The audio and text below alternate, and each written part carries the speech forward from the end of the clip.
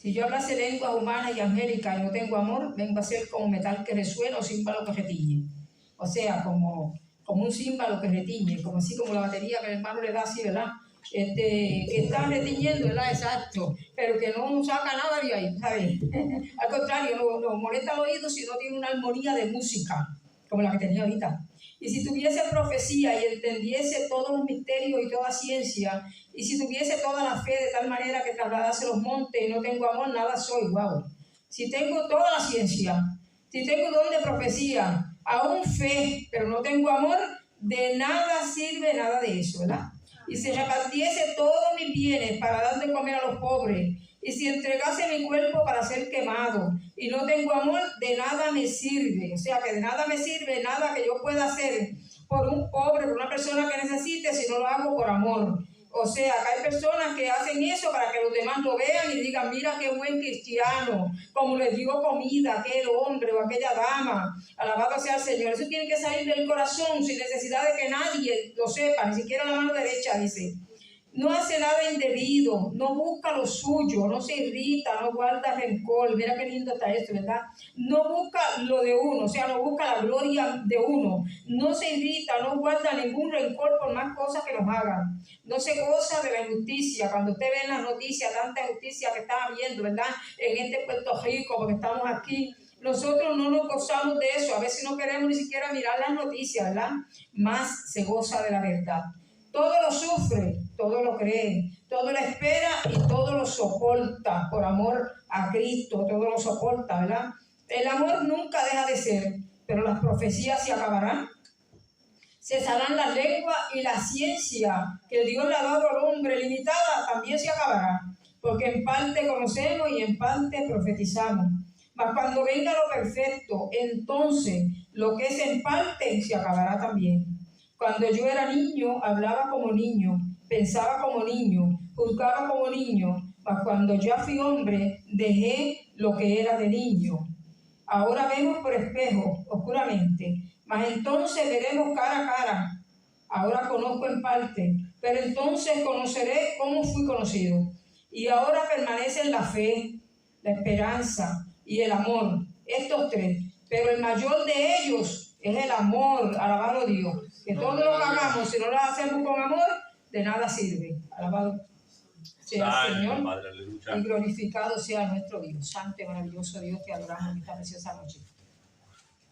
Así que el Señor me llevó por aquí, ¿verdad? En el amor. Y el amor que...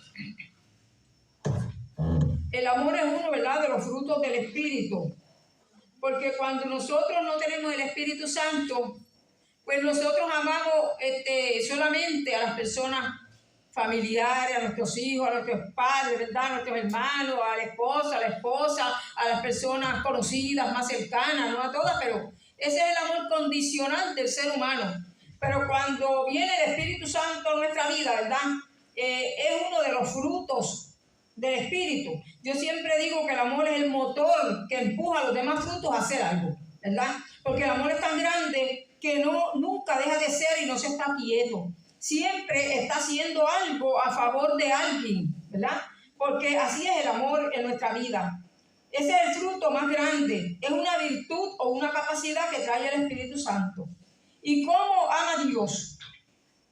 Primera de Juan dice 4:8, sin ningún esfuerzo de su propia voluntad, porque Él mismo es amor, ¿verdad? Dios es amor. Así que Él ama sin ningún esfuerzo. No tiene que esforzarse para amarlo a usted y a mí, ¿verdad? Porque Él es amor. ¿Y cómo nos presenta la Biblia el amor en acción? ¿Cómo nos presenta? Como dice Mateo 35:36, ¿verdad? Porque tuve hambre, me diste de comer, tenía sed, me diste de beber, estaba desnudo y me vestiste. O sea, el amor lo presenta la Biblia en acción, como digo ahorita.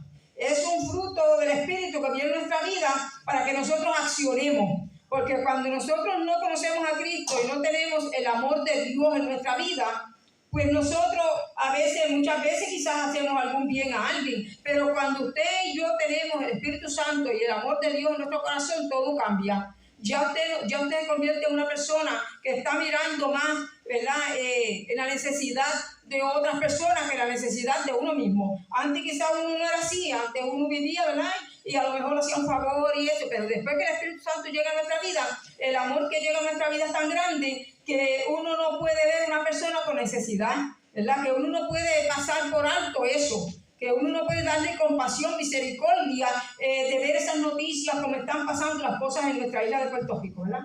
Porque sabemos que esto es mundial, pero como está nuestra isla y aquí estamos hablando de lo que está pasando aquí. Donde quiera que nos paramos, todo el mundo habla de lo mismo. ¿El amor es un sentimiento? Pregunto yo. No, dice primera de Juan 4:8, cuando ama de suyo, ama. El amor nace de la voluntad de amar y luego se convierte en un sentimiento, pero es cuando el Espíritu Santo trae a nuestra vida ese fruto, que es el amor. Santo eres. ¿Cómo nosotros entonces llegamos a amar a Dios? ¿Cómo nosotros llegamos a amar a Dios? ¿Alguna vez nos hemos preguntado eso? Romanos 5:5 que dice, para que el mandamiento de amor no resulte gravoso, molesto, pesado, Dios pone a nuestra disposición la capacidad de amar. De ti y de mí depende buscarla. Él nos da una orden en Juan 13:34, ¿verdad? De ti y de mí depende buscarla. El Espíritu Santo trajo el amor, está ahí. Hay que activarlo y hay que mantenerlo en acción. Porque los frutos del Espíritu vienen a nuestra vida a través del Espíritu Santo. Pero nosotros nos toca activar esos frutos y mantenerlos como accionando. Porque el amor es supremo, está por encima de todas las demás virtudes. Primera de Corintios que leímos ahorita, 13:13, porque nos conduce a buscar el bien de los demás. No, a veces cuando nosotros no teníamos el amor de Dios, buscábamos quizás nuestro propio bien primero.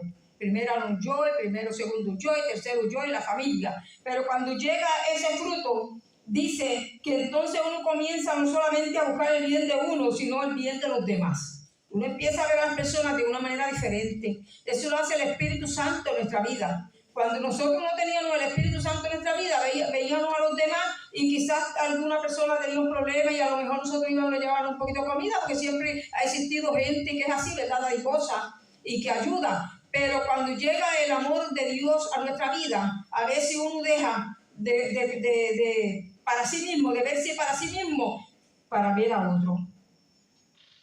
Santo eres Dios. Santo, mi rey. Está por encima de todas las demás virtudes, es el amor el que está por encima de todas las demás virtudes.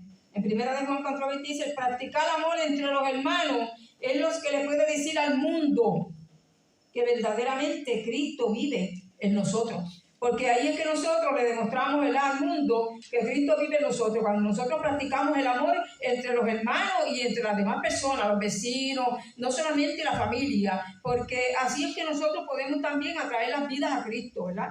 A veces no es tanto la palabra, sino los hechos.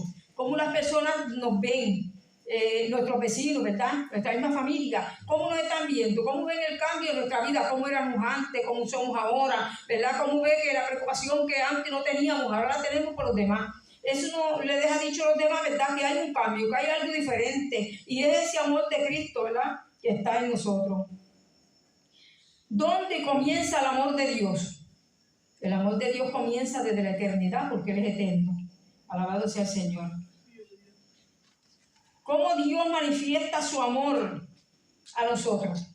¿Cómo Dios manifiesta su amor? Se han podido pensar un momentito, ¿verdad? En estas semanas que hemos estado hablando y en este mes, de ese sacrificio que hizo Jesucristo allí en la cruz del Calvario, por ti, por mí, por toda la humanidad. Cómo derramó su sangre preciosa, ¿verdad? Para limpiarnos de nuestros pecados. Alabado sea el Señor. Así que Dios manifiesta su amor, ¿cómo? Enviando a su Hijo, lo más preciado que tenía. Y Él dijo, yo iré. Dejó su trono, dejó su corona, lo dejó todo para venir a morir por ti y por mí. Juan 3:16, porque de tal manera amó Dios al mundo, que envió a su único Hijo, para que todo aquel que en Él cree no se pierda, mas tenga vida eterna, morir por mí, por ti, en la cruz del Calvario, derramar su preciosa sangre. No tenía más ninguno, solamente tenía ese. Y ese dijo, yo iré a morir por ellos. Yo iré, yo pondré mi vida y la volveré a tomar. Ese es el sacrificio más grande que puede hacer un ser humano por amor. Así que el amor de Dios se manifiesta como el de nadie, enviando su único Hijo a morir por nosotros allí en la cruz del Calvario. Y a levantarse y a resucitar, porque Él no se quedó allí, sino que Él se levantó. Él venció la muerte y por esa fe y esperanza estamos nosotros aquí, sirviéndole a Dios. Porque si Él venció y Él se levantó y Él resucitó, pues nosotros estamos esperando eso mismo. La manifestación suprema de Dios es esa, es enviar a su Hijo a morir por ti y por mí. ¿Y qué debemos hacer para conocer ese amor? ¿Qué debemos hacer para conocer el amor de Dios? ¿Cuántos creen que debemos hacer algo? Debemos conocer a su Hijo, ya que nadie es capaz de comprender el amor de Dios. Su Hijo lo da a conocer. Hermano Otilio, búsquese en Lucas 10:22 si es tan amable. Su Hijo es el que lo da a conocer. Así que en estos días que hemos estado recordando, ¿verdad?, ese sacrificio por nosotros allí en la cruz del Calvario, debemos reflexionar desde que nosotros nos convertimos en ese sacrificio por ti y por mí. El amor de Dios, su Hijo lo da a conocer. Lucas 10:22, ¿qué dice, hermano? Todas las cosas me fueron entregadas por mi Padre, y nadie conoce quién es el Hijo sino el Padre, ni quién es el Padre sino el Hijo, y aquel a quien el Hijo lo quiera revelar. Amén. O sea, que el que no tiene al Hijo no tiene nada. No tiene el Padre. No tiene nada, porque si no tiene al Hijo tampoco tiene al Padre, pero no tiene nada, ¿verdad? O sea, que es a través del Hijo, de ese sacrificio que hizo allí en la cruz del Calvario, que nosotros podemos llegar al Padre y conocer al Padre. Porque hay algunos que solamente tienen al Padre, pero el que envió al Hijo y Él quiso venir por su propia voluntad a dar su sangre fue el Hijo, ¿verdad? Y a veces yo lo comparo con un padre que no tenga más que ese único hijo y se dé por alguien y ese alguien desprecie ese sacrificio, pero ama al Padre, supuestamente ama al Padre. Él es el camino, la verdad y la vida, nadie viene al Padre si no es por mí, dice Jesús de Nazaret. Así que si no tienes al Hijo, no tienes nada, porque Él es el que te lo va a dar a conocer a ti. Él va a darnos a conocer a nosotros. El Padre es el Hijo. Es Dios un juez severo. Hay personas que ponen a Dios como un Dios severo, ¿verdad? Que siempre está irado allá buscando el pecado que tenga alguien, ¿verdad?, para castigar. Es un Dios severo. Hebreos 12:6 dice, Él nos ama tanto que nos corrige por nuestro propio bien, ¿verdad? Porque Él nos ama tanto que siempre está mirando que si estamos mal, es como un padre aquí, ¿verdad?, en la tierra, que ama a su hijo y lo corrige, para que su hijo no vaya preso, para que su hijo nadie lo vaya a matar, para que su hijo no vaya a caer en cosas negativas. Siempre lo va a estar reprendiendo para que no pase, ¿verdad? Muchas veces pasa, aún teniendo el padre al lado que lo reprende y le habla, y muchas veces pasa. Pero Dios nos ama tanto a nosotros que no es que sea un Dios severo, sino que nos quiere corregir por nuestro propio bien. Porque cuando uno tiene un hijo y no lo corrige, pues ¿qué está haciendo con él? No lo ama. No lo ama porque lo está dejando que lo corrija el mundo y que se pierda en el mundo, ¿verdad? Cuando uno ama a sus hijos, los corrige por el bien de ellos y porque los ama. Porque no quiere verlo mal, ¿verdad? Quiere verlos bien. Pues cuánto más nuestro Padre que nos conoce, que nos fundó en el vientre de nuestra madre y que conoce de nuestra vida, cuánto más Él no nos va a corregir para que nosotros no nos perdamos. Siempre va a estar preocupado, pendiente de nosotros, ¿verdad? Para decirnos, ese camino no es, el camino es este. Porque yo soy la verdad y la vida, dice el Señor. Así que Él nos corrige por nuestro propio bien. ¿Perdona a Dios? Sí, perdona, porque nos perdona a nosotros, ¿verdad? Cuando estábamos en delitos y pecados, Él sigue siendo perdonador, ¿verdad? Así que Él nos perdona porque nos ama, ¿verdad? Así que Dios siempre perdona cuando uno va con un corazón contrito y humillado, dice el Salmo 51:17, con un corazón contrito y humillado no despreciarás tú, oh Dios. Así que cuando vamos delante de Dios, un corazón contrito y humillado es un corazón que está arrepentido. Porque hay personas que dicen, no, yo voy a donde Dios y me perdona y después siguen haciendo lo mismo, pues no es un arrepentimiento real, ¿verdad? Un arrepentimiento vanamente, o sea, eso no es real, porque cuando uno se arrepiente no vuelve a hacer lo que estaba haciendo, porque ya se arrepintió, sabe que es malo. Hay gente que juega con eso, que está jugando con la salvación. Yo hago esto hoy, como Dios me perdona, pues eso no es nada que yo haga esto mañana, porque Dios me perdona. Y yo oí una persona hablar así, la verdad es que Dios siempre perdona. Cuando usted va con un corazón que se humilla, un corazón que de verdad dice, yo no lo voy a volver a hacer, yo me arrepiento de eso y no lo voy a volver a hacer, ¿verdad? Pero si cogemos eso de jueguito, de que hoy estamos, ¿verdad?, pidiendo perdón y mañana estamos haciendo otra cosa peor o estamos haciendo lo mismo, pues entonces ahí está seria la salvación. Está en juego. Pecadores habituales. Exacto. Estamos jugando con la salvación. Porque si en ese momento, en ese segundo, llega la muerte, en ese momento, en ese segundo, llega el Señor, ahí nos vamos a quedar. Estaba como una dama que estaba hablando conmigo los otros días y me estaba diciendo, no, pero sí que yo siempre tengo tiempo para arrepentirme. Y entonces pues yo le dije, mira, tú sabes una cosa, que a veces no tenemos tiempo para arrepentirnos. A veces nos viene de momento y nos quedamos dormidos y ahí nos vamos, porque mucha gente se ha ido dormida. Y no tuvimos tiempo para decirle al Señor, yo te acepto como mi Salvador. O a veces tenemos un accidente que el impacto es tan grande que no te da tiempo ni de abrir los ojos, ¿verdad? Por eso es que uno tiene que tomar una decisión responsable cuando uno está bien, cuando su mente está clara. Porque después que la persona tiene Alzheimer también es otra cosa. Que a veces uno le habla a la persona y la persona, sí, yo lo voy a hacer, de momento tiene una enfermedad de Alzheimer donde ya no se recuerda de nada, ¿verdad? Yo pido mucho por eso, por las personas que tienen Alzheimer, ¿verdad? Que aunque sea Dios le dé un momento de lucidez para que se arrepienten del Señor. Yo recuerdo que había más allá de mi casa una dama que tenía a su mamá enferma en una cama de posición y la señora estaba, como se llama, en coma, que ella no habla, ella no reacciona, ¿verdad? Exacto. Y llevaron unas personas para orar por ella. Y Dios le dio a ella la capacidad de abrir sus ojos y escuchar. Y entonces la dama escuchó y ellos le tomaron la mano y le dijeron, ¿quieres aceptar a Jesucristo como tu Salvador? Y la dama tranquilamente le dijo, no. Pasó un tiempito y la dama siguió en coma de nuevo, cerró sus ojos, no volvió a hablar, no volvió a ver. Volvieron otra vez las personas, porque los hijos eran cristianos, la hija era cristiana, era el esposo, que era mi vecino, y le llevaron a la señora que la tenía en Cabo Rojo, la tenían unas personas para orar por ella. Volvió la señora a abrir sus ojos y volvió a abrir su boca para decir no lo acepto. Eso es triste, ¿verdad? Eso es una tremenda tristeza que le deben de dar a sus hijos cuando escucharon a su mamá que Dios le da el momento para que arregle su vida con Dios, que quizá en ese momento se iba a marchar y le diga a Dios que no. Eso es algo bien triste, no hay que pasar a la eternidad, ¿verdad? Pero más triste es para los hijos, para los que conocen a Dios, porque la persona que no conoce a Dios, ¿verdad? A veces le da lo mismo, pero la persona que conoce a Dios, qué doloroso debe ser, ¿verdad? Que vayan a orar por un padre de uno, por un hijo de uno, por un familiar, y que ese familiar le diga que no, y que Dios le da la oportunidad de volver con su conocimiento para que entonces le diga a Dios que no. Esto es algo bien, pero bien triste. ¿Amamos a Dios nosotros primero? ¿Cómo fue eso? No. Primera de Juan 4:10, ¿qué dice, hermano? Aquí búsquelo por ahí si usted está amable. Santo eres Dios. Son tantas las cosas tristes, ¿verdad?, que uno ve cuando uno se acerca a una persona a hablarle del Señor. Y sí, es verdad, yo lo voy a buscar, sí, es verdad. Y a veces Dios, esa fue la última oportunidad que le dio, pero se la dio. Bueno, la oportunidad que está dando, se la está dando de que tiene conocimiento y uso de razón.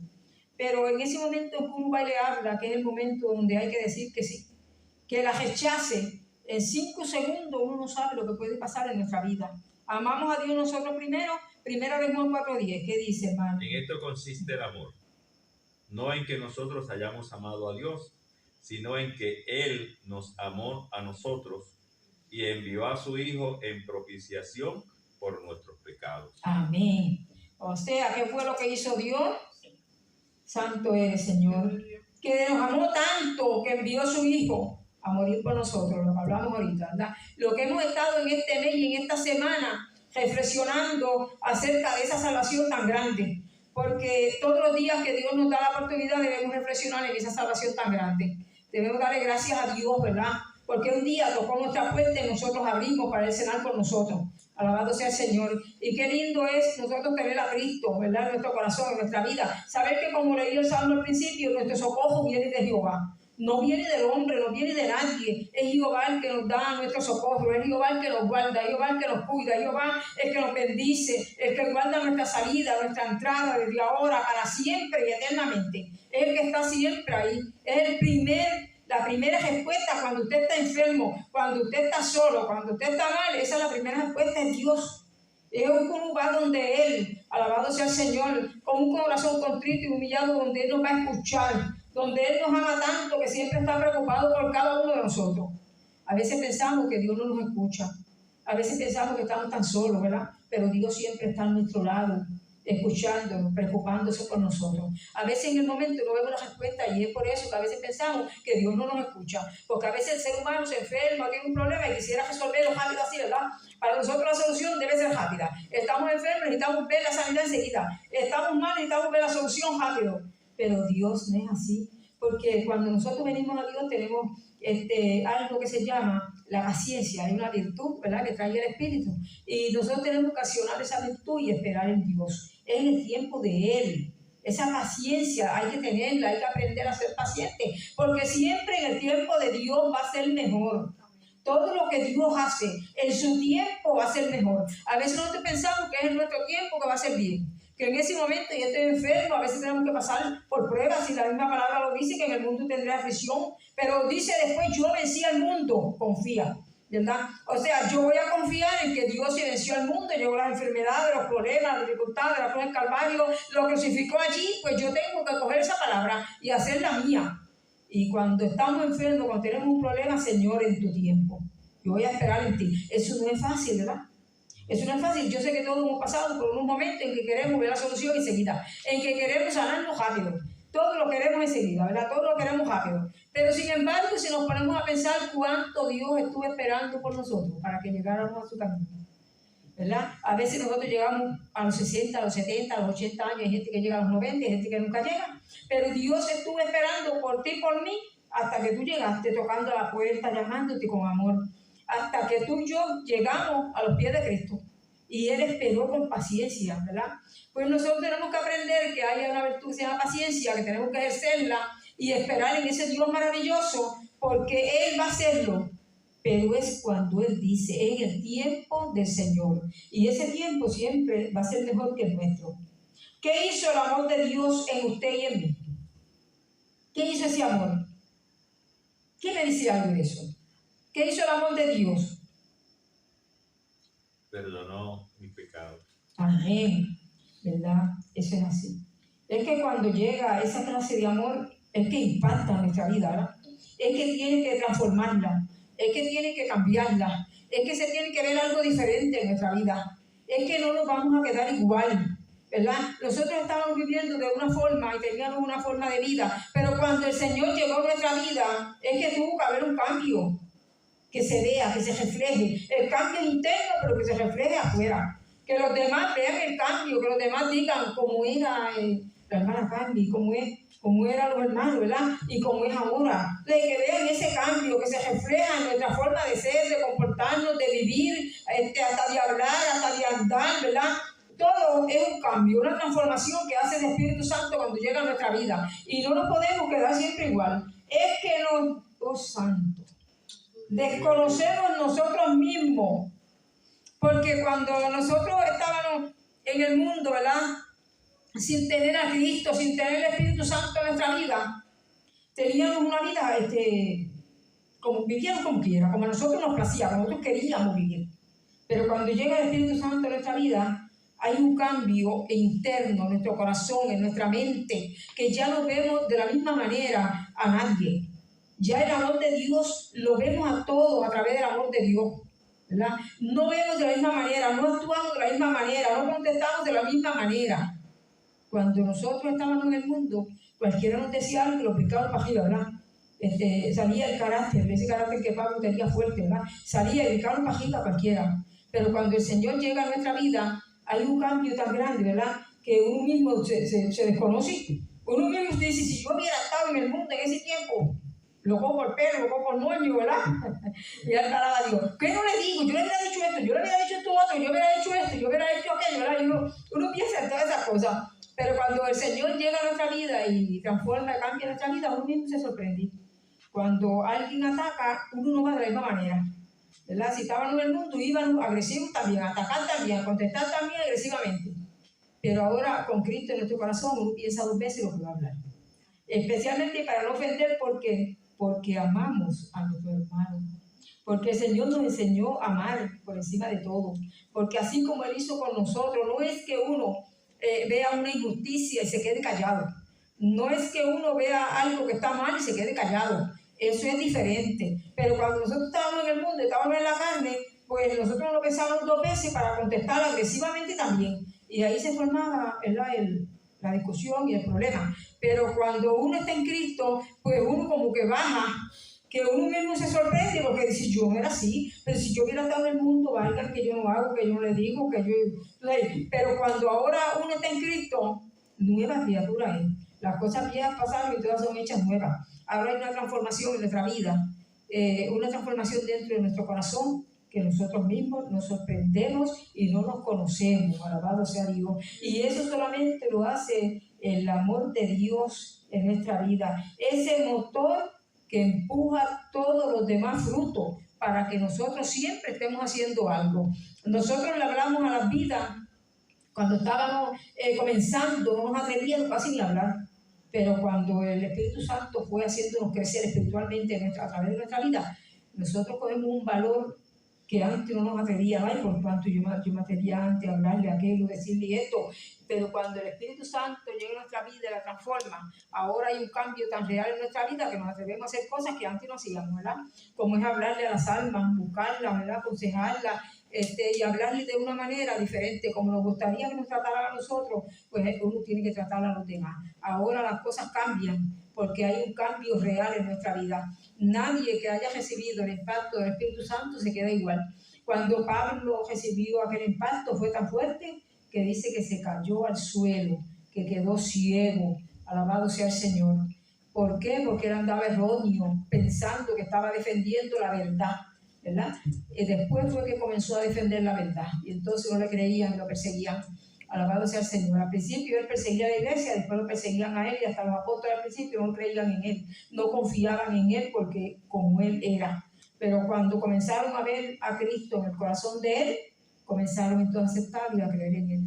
Usted y yo tenemos un cambio, la transformación que hizo el Espíritu Santo de Dios en nuestra vida, que trajo el amor del Padre, que lo da a conocer a través de su Hijo Jesucristo, que el que no tiene al Hijo, no tiene el Padre, no tiene la vida, no tiene nada. Es a través de su Hijo Jesucristo que dio su vida, la cruz del Calvario, que dijo, yo iré, dejaré mi trono, corona, todo para salvar a la humanidad, y ahí vino a salvarnos a nosotros mismos. Así que hay que reflexionar acerca de esta salvación tan grande, 24/7. Alabado sea el Señor, desde que nos convertimos, lo que Dios hizo en nosotros, cómo Dios nos ama de tal manera, cómo Dios al mundo que envió a su Hijo unigénito para que todo aquel que en él cree no se pierda, mas tenga vida eterna. Cómo Dios nos ama, cómo Dios cuida de nosotros, cómo Dios nos defiende, cómo Dios pelea por nosotros. Alabado sea el Señor. Y no nos quita nada que a nosotros nos guste. Lo que nos quita es aquello que puede impedir que lleguemos a su presencia. Que el Señor les guarde, les cuide de manera especial. Alabado sea Dios. Santo eres Dios, te adoramos, Señor. Si alguien quiere decir algo en el momento, si no cerramos aquí.